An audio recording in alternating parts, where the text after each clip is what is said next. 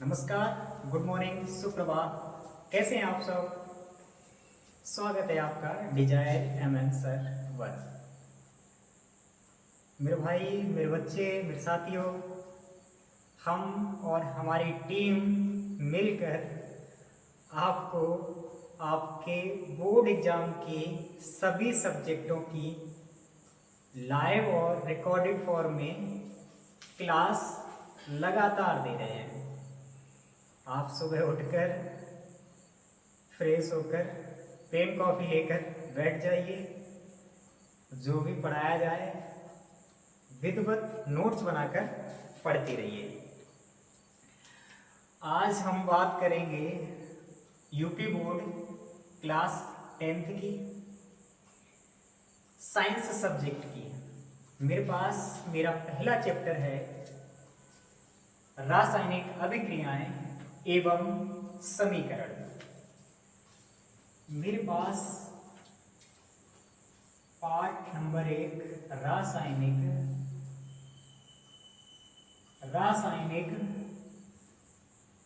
अभिक्रियाएं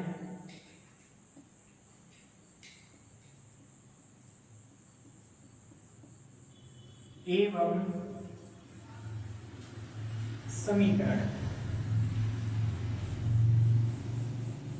अच्छा, अब हम पार्ट को देखते ही हमें कुछ आइडिया लग रहा होगा कि रासायनिक अभिक्रियाएं क्या होती हैं और समीकरण क्या होते हैं। मतलब हम चैप्टर का नाम पढ़ें और हमारे तुरंत मन में या दिमाग में आना चाहिए कि इस चैप्टर के अंदर हमें क्या क्या पढ़ने को मिलेगा। तो इस चैप्टर में हमें पढ़ने को मिलेगा रासायनिक अभिक्रियाएं। जितना भी हम पढ़ेंगे वो सब रासायनिक होगा, उनके अंदर क्या क्या चीजें होती है तो वो अभिक्रियाएं होंगी और वो समीकरण होंगे। ठीक है, तो बात करें कि रासायनिक अभिक्रिया क्या होती है या रासायनिक अभिक्रियाएं क्या होती हैं, रासायनिक शब्द ही क्या है, रासायनिक शब्द को कैसे परिभाषित करें, रासायनिक शब्द को कैसे समझें, वो चीज। तो रासायनिक अभिक्रिया वह चीज है जो एक बार बनकर दूसरे रूप में बन जाए, एक बार होकर दूसरे रूप में बन जाए, बने हुए दूसरे रूप से वापस पहले वाली अवस्था में ना आए।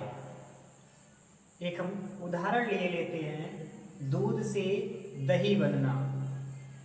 दूध को गर्म करके अगली सुबह हम दही पाते हैं, लेकिन दही से वापस दूध नहीं प्राप्त कर सकते। मेरे पास ऐसी कोई क्रिया नहीं है, ऐसी कोई अभिक्रिया नहीं है जिससे हम दही से वापस दूध प्राप्त कर पाए। तो क्या है दूध से दही बनना? क्या है? रासायनिक समीकरण, सॉरी रासायनिक अभिक्रिया। एक दूसरा उदाहरण है लोहे पर जंग लगना। लोहे पर जंग लग जाने के बाद मेरे पास ऐसी कोई क्रिया या ऐसी कोई अभिक्रिया नहीं रहती है जिससे जंग से हम लोहा प्राप्त कर सकें। तो सीधी और स्पष्ट और कम शब्दों में समझ लेते हैं कि वो अभिक्रिया जिससे एक पदार्थ बनकर दूसरे पदार्थ में प्राप्त हो, दूसरे पदार्थ से कभी भी पहला पदार्थ प्राप्त न किया जा सके, वही हमारी रासायनिक अभिक्रिया होती है। तो हम लिखे ले रहे हैं रासायनिक अभिक्रिया की परिभाषा। रासायनिक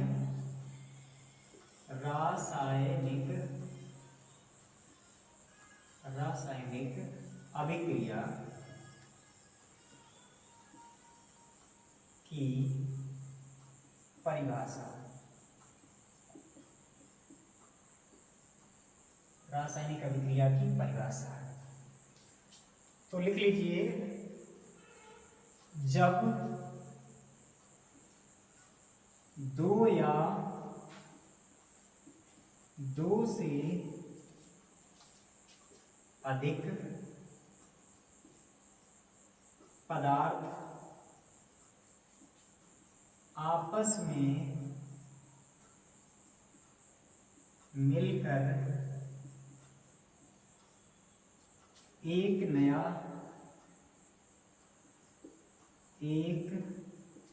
पदार्थ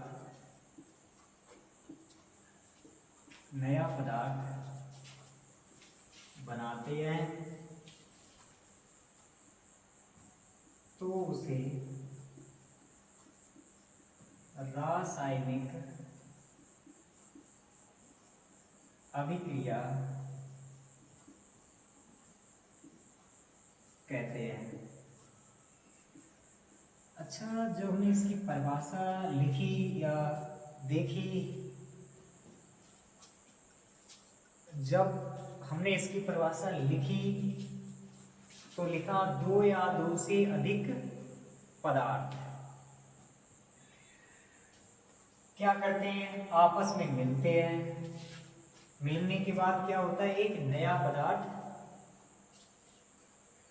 बनता है। तो नया पदार्थ बनता है तब क्या होती है, हमारी रासायनिक प्रक्रिया होती है। तो हम एक उदाहरण ले रहे हैं कि मेरे पास कार्बन है, मेरे पास ऑक्सीजन है, दो पदार्थ हो गए। इन दोनों की जब हम अभिक्रिया करवाते हैं तो मेरे पास कार्बन डाइऑक्साइड प्राप्त होती है। कार्बन डाइऑक्साइड प्राप्त होने के बाद क्या कभी कार्बन डाइऑक्साइड से कार्बन प्राप्त किया जा सकता है या कभी ऑक्सीजन प्राप्त की जा सकती है? कभी नहीं प्राप्त की जा सकती है। तो जो भी पदार्थ बनके तैयार हो उससे कभी भी पहले वाले पदार्थ ना बनाए जा सके, वही हमारी रासायनिक प्रक्रिया है। तो एक दूसरा है उदाहरण और इसका लिखे ले रहे हैं हम। मेरे पास हाइड्रोजन है, मेरे पास ऑक्सीजन है, इन दोनों की जब हम क्रिया करवाते हैं तो मुझे प्राप्त होता है जल। क्या चीज प्राप्त होती है? जल। अच्छा, जल बोले तो वही पानी। क्या पानी से कभी भी हाइड्रोजन अलग कर सकती है, ऑक्सीजन अलग कर सकती है? नहीं ना, क्योंकि हाइड्रोजन भी एक गैस है, ऑक्सीजन भी एक गैस है। हम दो गैसों को जब अभिक्रिया करवाते हैं तो हमें पानी प्राप्त होता है। पानी क्या है? तरल फॉर्म में है, गैस फॉर्म में नहीं है, तरल फॉर्म में है। ठीक है, तो हम इसको लिखे ले रहे हैं, ये अभी एक असंतुलित रासायनिक समीकरण के फॉर्म में लिखे हुए हैं। तो जब भी हम कोई समीकरण लिखें तो इसे संतुलित समीकरण बनाकर लिखें। ठीक है, तो हम इधर देख ले रहे हैं उत्पाद की तरफ कि यहाँ O आपका 2 है और यहाँ आपका 1 है, तो इसको भी 2 करे ले रहे हैं। ठीक है, तो ये आपका संतुलित समीकरण हो गया। इसको देख लो, हाइड्रोजन और ऑक्सीजन। ठीक है, तो हाइड्रोजन को ऐसे लिख लो H2, ऑक्सीजन को ऐसे लिख दो O2। तो इधर हो गया आपका H2O यानी पानी बन रहा है। तो इधर जब ऑक्सीजन 2 है, हाइड्रोजन 2 है, तो इधर भी कर दो 2 से गुणा, तो ऑक्सीजन 2 हो गया लेकिन हाइड्रोजन 4 हो गया। तो जब हाइड्रोजन इधर 4 हो गया तो 2 से इधर गुणा कर दो तो हाइड्रोजन इधर 4 हो जाएगा, ऑक्सीजन 2 हो गया। अब देखो हम मिला ले रहे हैं, हाइड्रोजन मेरे पास 2 दूना 4, ऑक्सीजन मेरे पास 2, हाइड्रोजन मेरे पास 2 दूना 4, ऑक्सीजन मेरे पास 2। तो देखो ऑक्सीजन ऑक्सीजन से बराबर, हाइड्रोजन हाइड्रोजन से बराबर। ठीक है, अब इसके बाद हम रासायनिक अभिक्रिया के उदाहरण क्या क्या हैं वो देख लेते हैं। रासायनिक अभिक्रिया के उदाहरण है, अगली हेडिंग डालेंगे रासायनिक अभिक्रिया के उदाहरण। चलो भाई, रासायनिक अभिक्रिया के उदाहरण। चलिए मेरे भाई लिखते हैं, पहला उदाहरण हमने पहला जो दिया वो उदाहरण उसी को लिख लेते हैं। दूध से दही बनना, दूध से दही बनना। दूसरा एग्जांपल लिख ले रहे हैं, लोहे पर जंग का लगना। तीसरा एग्जांपल लिख ले रहे हैं, भोजन का पचना। भोजन का पचना। नंबर 4 श्वसन। ठीक है। नंबर 5 मैग्नीशियम रिबन को जब वायु की उपस्थिति में जलाते हैं तो मैग्नीशियम ऑक्साइड प्राप्त होता है। नंबर 5 क्या है? मैग्नीशियम रिबन को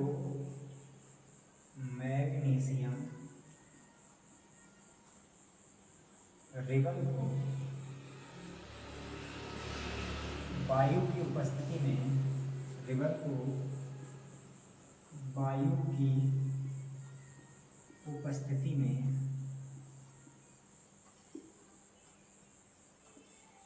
जलाते हैं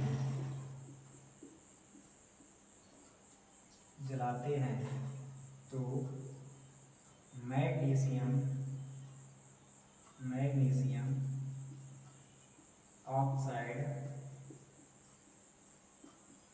प्राप्त होता है। मैग्नीशियम ऑक्साइड प्राप्त होता है। ये क्या हो गए? रासायनिक अभिक्रिया के उदाहरण हो गए, है ना। पहले तो उसकी परिभाषा बताओ, नहीं समझता है तो उसे उसके एग्जाम्पल बताओ, है ना। एग्जाम्पल अगर सही से सुनता समझता है तो निश्चित रूप से रासायनिक अभिक्रिया क्या होती है समझ जाएंगे। अच्छा, जब रासायनिक अभिक्रिया होती है तो निश्चित रूप से कुछ ना कुछ परिवर्तन भी होते होंगे। उसकी अवस्था में परिवर्तन होना, उसके रंग में परिवर्तन होना, उसके तापमान में परिवर्तन होना, कुछ गैसें निकलना, कुछ गैसों का बनना, है ना। तो हम इसको भी देख ले रहे हैं कि रासायनिक अभिक्रिया के दौरान कौन कौन से परिवर्तन होते हैं। तो हम अगली हेडिंग डाली ले रहे हैं, रासायनिक अभिक्रिया के दौरान होने वाले परिवर्तन। रासायनिक अभिक्रिया के दौरान होने वाले परिवर्तन। ठीक है। रासायनिक अभिक्रिया के दौरान होने वाले परिवर्तन। अच्छा, जब भी मेरी रासायनिक अभिक्रिया होती है तो क्या क्या परिवर्तन होते हैं? नंबर 1 लिख लो, अवस्था में परिवर्तन। अवस्था में परिवर्तन। अच्छा, जब दूध होता है मेरे पास तो वो तरल फॉर्म में होता है। जितना पतला दूध होता है, क्या दूध से दही बन जाने के बाद दही भी उतना ही पतला होता है दूध के बराबर? नहीं ना।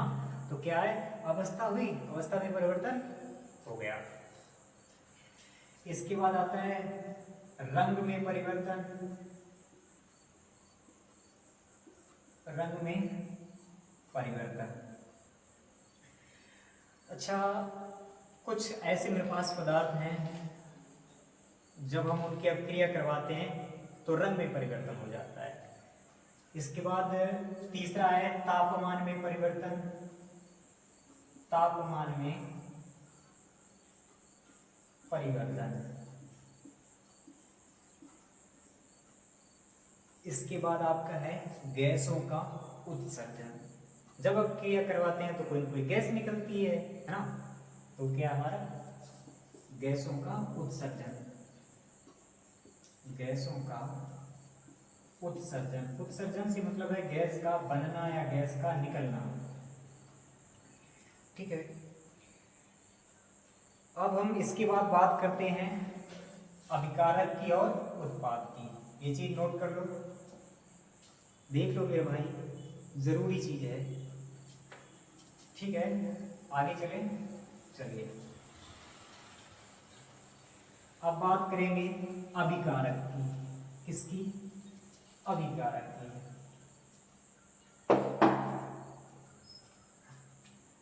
अभिकारक।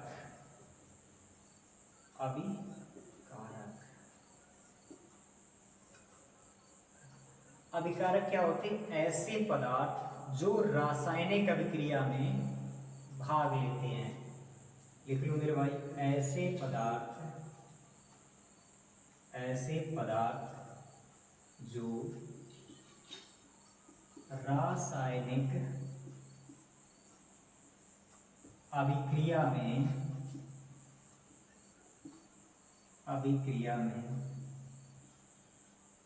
भाग लेते हैं अभिकारक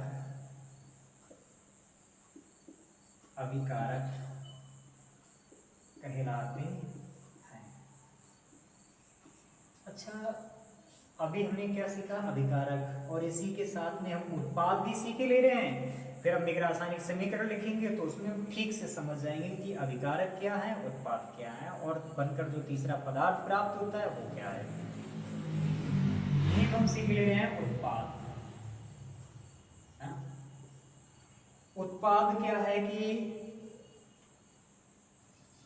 ऐसे पदार्थ जो रासायनिक अभिक्रिया के बाद बनते हैं। लिख लो, वे नए पदार्थ जो रासायनिक अभिक्रिया के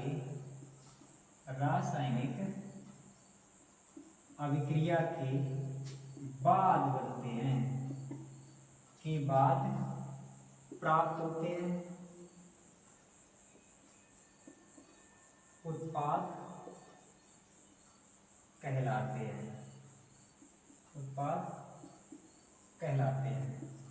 अच्छा, अब हम एक उदाहरण लिख ले रहे हैं, उसमें देख ले रहे हैं अभिकारक क्या है, उत्पाद क्या है। चलिए तो उदाहरण लिख ले रहे हैं। ये उदाहरण अभिकारक का भी है, उत्पाद का भी है। हमने एक उदाहरण ले लिया है, एक हमने ले लिया हाइड्रोजन, एक ले लिया हमने ऑक्सीजन। दोनों से जब अभिक्रिया करवाई तो मुझे मिला पानी, है ना। तो जो हमने दो पदार्थ लिए थे वो मेरे हैं अभिकारक। क्या है? अभिकारक। दो पदार्थ लेकर अभिक्रिया करवा के जो तीसरा पदार्थ मिला वो मेरा है उत्पाद। परिभाषा दी गई है, ऐसे पदार्थ जो रासायनिक अभिक्रिया में भाग लेते हैं। ये दो पदार्थ है रासायनिक अभिक्रिया में भाग ले रहे हैं, ये हो गया आपके अभिकारक। उत्पाद देख लो, ऐसे नए पदार्थ जो रासायनिक अभिक्रिया के बाद बनते हैं। यहाँ तो रासायनिक अभिक्रिया हो रही है, इसके बाद बना क्या? पानी। तो पानी क्या हो गया? उत्पाद। पानी क्या हो गया? उत्पाद। ठीक है, ये एग्जाम्पल लिख लो। एक अगर दूसरा एग्जाम्पल लिखना चाहो तो दूसरा एग्जाम्पल भी लिख लो। दूसरा एग्जाम्पल इतने छोटे गैप में लिख लो। कार्बन और ऑक्सीजन को जब आपस में मिलाकर अभिक्रिया करवाते हैं तो प्राप्त होता है कार्बन डाइऑक्साइड। तो यहाँ कार्बन और ऑक्सीजन ये हैं आपके अभिकारक। कार्बन डाइऑक्साइड आपका है उत्पाद। ठीक है, लिख लीजिए मेरे भाई। चलिए,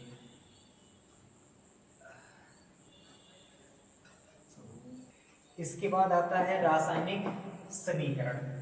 लिख लिया ये? चलिए लिखिए आगे हेडिंग, रासायनिक समीकरण।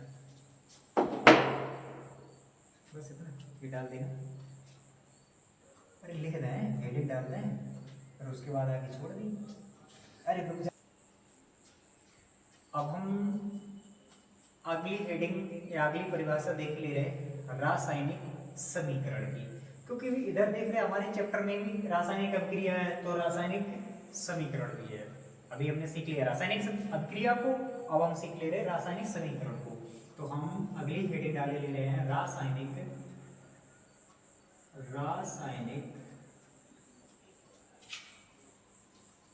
समीकरण।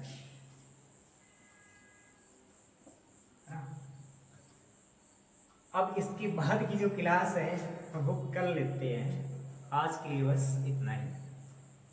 धन्यवाद।